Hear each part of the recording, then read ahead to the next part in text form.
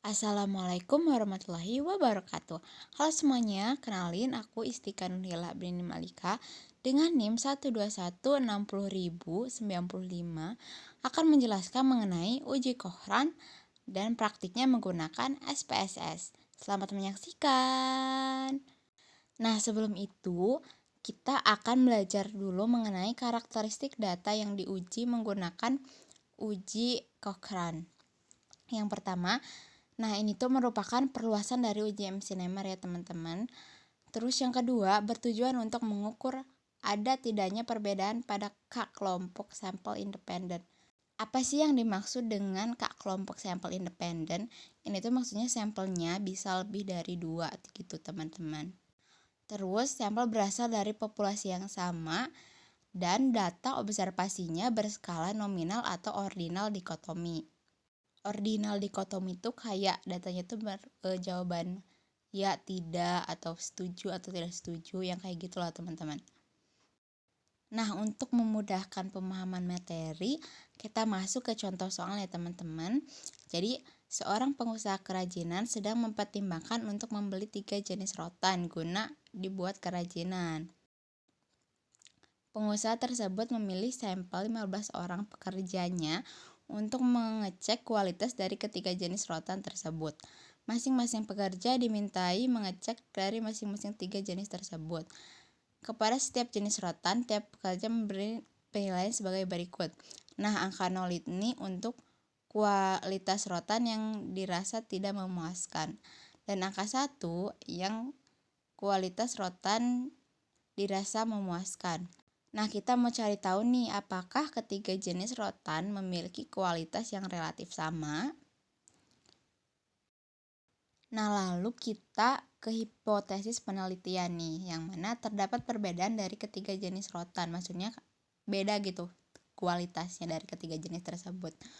Terus hipotesis statistikanya, H0 tidak terdapat perbedaan kualitas dari ketiga jenis rotan jika p-value-nya itu lebih besar dari alfa nilainya. H1 terdapat perbedaan kualitas dari ketiga jenis rotan jika p-value kurang dari sama dengan alfa.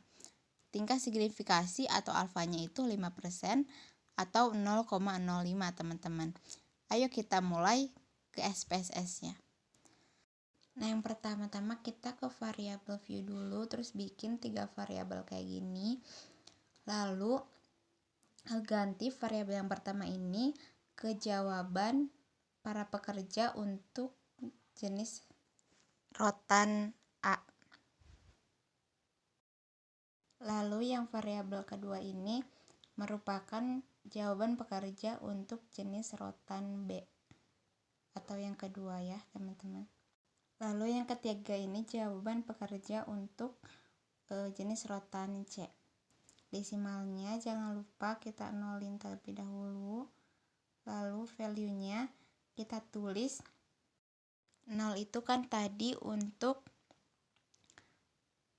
dirasa tidak memuaskan gitu teman-teman. Jadi tulis di sininya tidak memuaskan.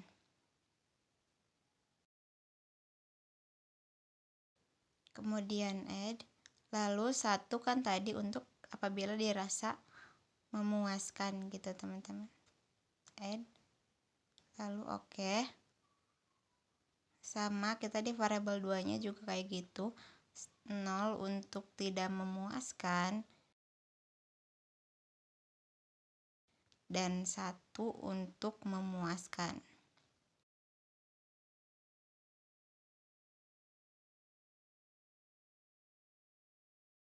Lalu sama kita ke value untuk variabel 3 nya 0 itu tidak memuaskan.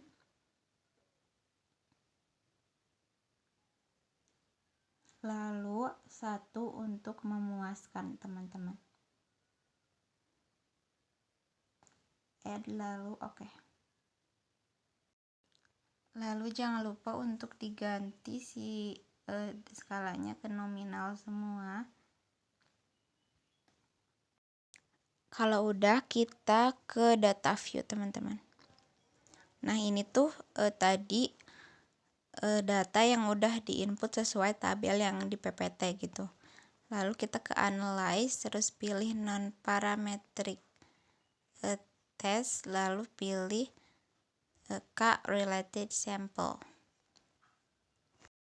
Apabila udah muncul tampilan seperti ini, kita pindahin ke tabel pinggirnya. Lalu kita checklist yang coherent test, lalu oke. Lalu teman-teman akan muncul dua tabel ini.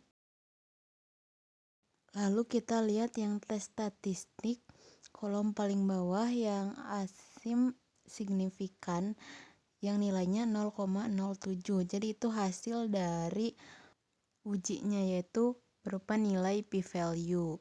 Nah, kita masuk nih ke kriteria ujinya, yaitu H0 ditolak jika Q hitung lebih besar dari sama dengan Q tabel atau p-value kurang dari sama dengan alfa. Nah, menurut perhitungan SPSS, alfanya itu adalah 0,07 yang tadi itu.